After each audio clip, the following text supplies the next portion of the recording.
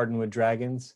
As we're still in the month of January, I can still say Happy New Year to you, and I know that 2021 will bring us many things to be excited about. One thing of interest that you may have watched this week with your classmates or spoken about at home with your family was the inauguration ceremony for President Biden and Vice President Harris. This special celebration takes place every 4 years, and it happens in our nation's capital, Washington, D.C. Washington, D.C. is truly a special location with all its monuments and symbols that pay tribute to the great women and men that have helped shape our country. I've been fortunate enough to have visited our nation's capital on a number of times. I remember the first time I saw the White House, the Lincoln Memorial, and the Washington Monument and other great sites when I was about your age. I was lucky enough to even meet who, at the time, was our local Congressman Don Edwards. You can barely see the Capitol building in the back of this old photograph, but that's me and my older brother standing next to Congressman Don Edwards. You might recognize that name because he is the person that our local Don Edwards National Wildlife Refuge, right next to Coyote Hills, is named after.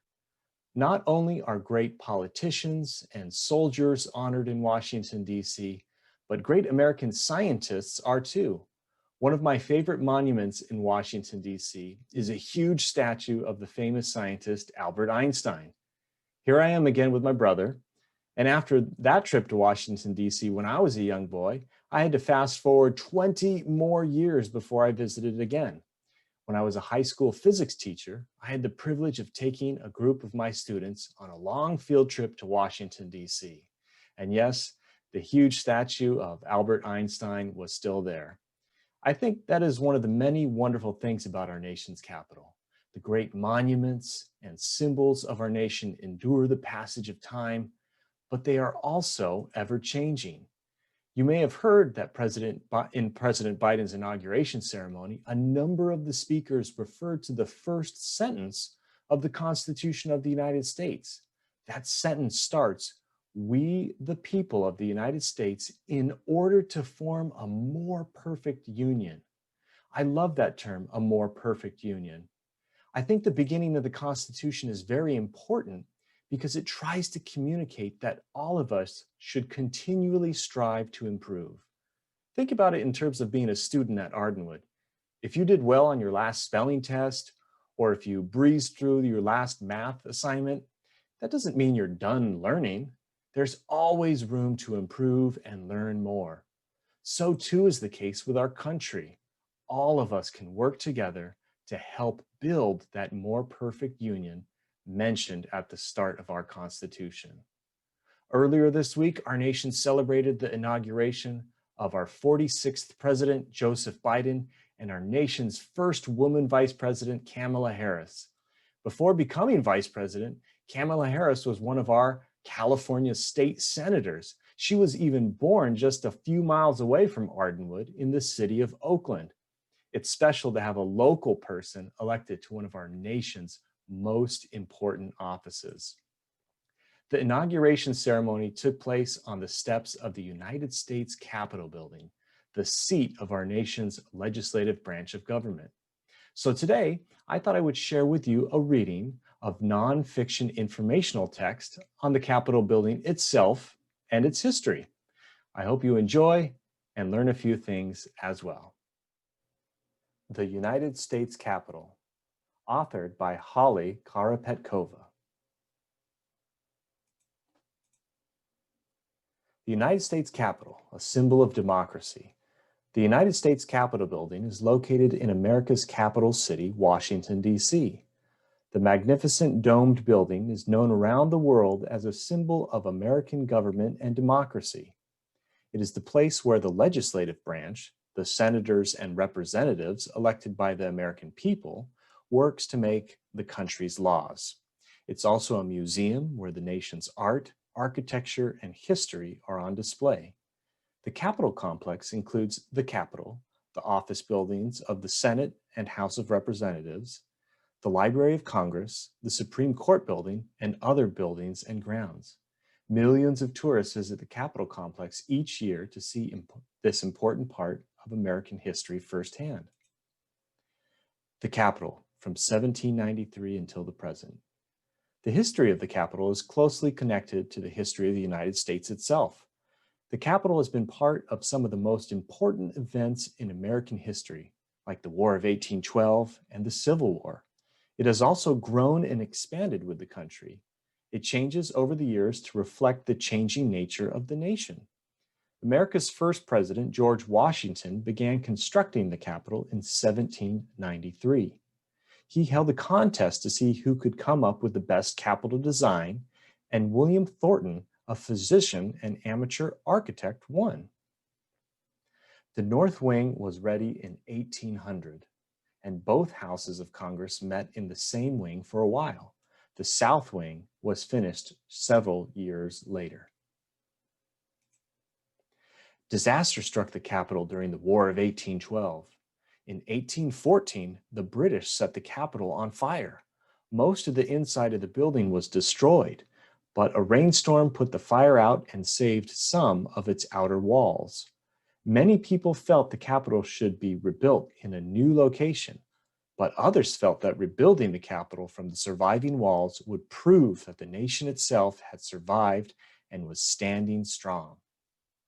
The government decided to use the old walls and reconstruct the Capitol on its original spot. In 1819, it was ready for the Congress to move back in. The central dome, also called the rotunda, was completed in 1824. America grew rapidly over the next few decades. The population increased and the new states joined the Union. This meant that more representatives and senators were becoming part of Congress. The Capitol was too small to hold them all, so in 1850, the government decided to expand the two wings on either side of the building. The government also decided to raise the central dome, making it larger and more noticeable. The new dome was made of iron and was lifted into place by steam-powered machines called derricks. The dome was still under construction during President Lincoln's inauguration in 1861. The construction of the Capitol's dome was a sign that the United States would survive the Civil War. The new construction was going well until 1861, when the Civil War began. For a time, the Capitol became a military barracks and a hospital for wounded soldiers. At one point, as many as 4,000 soldiers slept in the Capitol. Money and labor were scarce, but President Lincoln insisted that construction of the Capitol go on. He wanted people to know that the United States was strong and would persevere. If the people see the Capitol going on, he said, it is a sign that we intend the Union shall go on. In 1863, the new dome was completed. An American artist Thomas Crawford's statue was raised piece by piece to the top. The statue, named Freedom, symbolized the strength of the country and the freedom of all people living within it. Did you know? The statue, Freedom, is a reminder of the freedom Americans hold dear. It also reminds us of America's unique form of government and of the way the legislative branch functions. At the base of the statue, the words E pluribus unum are inscribed. This Latin phrase means out of many, one. It describes how the original 13 colonies came together to make one nation, the United States of America. It also defines our representative form of government, where groups made up of many citizens choose one senator and one representative to speak for them in Congress. A tour of the Capitol, the Rotunda. Millions of visitors tour the Capitol every year. The tour begins in the Rotunda, the large circular room at the center of the Capitol beneath the Great Dome. The Rotunda is filled with paintings of important moments in the nation's history, including the reading of the Declaration of Independence and scenes from the American Revolution. These paintings were created by John Trumbull, a famous American painter. At the very top of the dome, visitors can gaze upon a fresco called The Apotheosis of George Washington, created by Constantino Brumidi. The walls of the rotunda contain a fresco depicting events of American history from the landing of Columbus to the birth of aviation. Statuary Hall. The Statuary Hall is another important part of the Capitol. It contains bronze and marble statues of important figures in the history and culture of the 50 states. The statues donated by individual states represent political and military heroes, religious leaders, and even popular icons. A statue of Esther Hobart Morris, the world's first woman justice of peace, represents Wyoming. The famous cowboy Will Rogers represents Oklahoma, and Brigham Young, the founder of the Mormon faith, represents Utah. The hall also has amazing acoustics. A whisper on one end of the hall can be clearly heard all the way on the other side of the room. The House Chamber.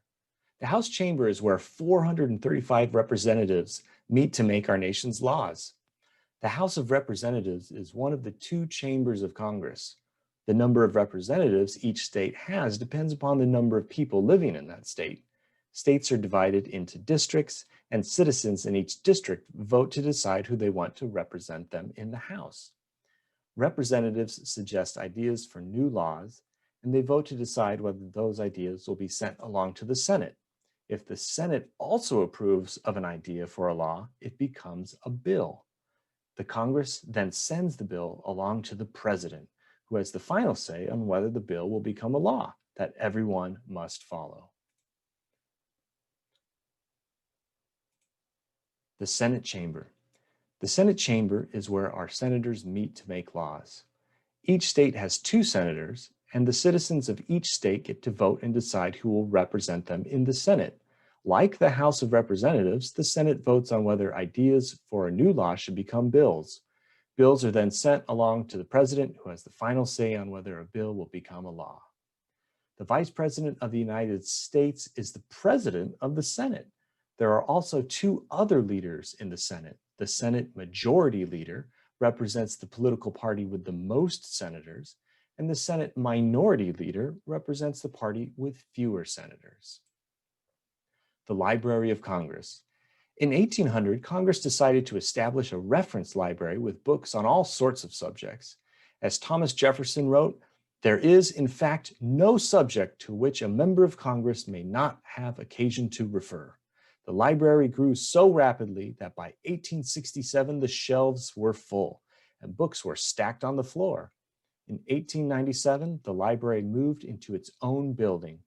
Today, the Library of Congress takes up 3 huge buildings. The Library of Congress is the largest library in the world. It contains 530 miles of bookshelves. It also holds large collections of newspapers, films, maps, and other resources. Members of Congress can use the Congressional Research Service of the library in order to find information about almost any topic. The library is also open to the public. A small city. Many people work in the Capitol. There are 535 members of Congress in both chambers combined, but these 535 people do not perform their jobs alone. They have tens of thousands of staff members and other workers who help keep Congress running smoothly. In addition, the Capitol does not just provide members of Congress and their staff with a place to conduct business. It provides them with many types of services and support. The Capitol contains a post office, souvenir shops, snack bars, restaurants, barber shops, and banks. A first aid room and a Capitol prayer room are also available. Television studios and control rooms monitor sessions of Congress and provide space for interviews with members of Congress.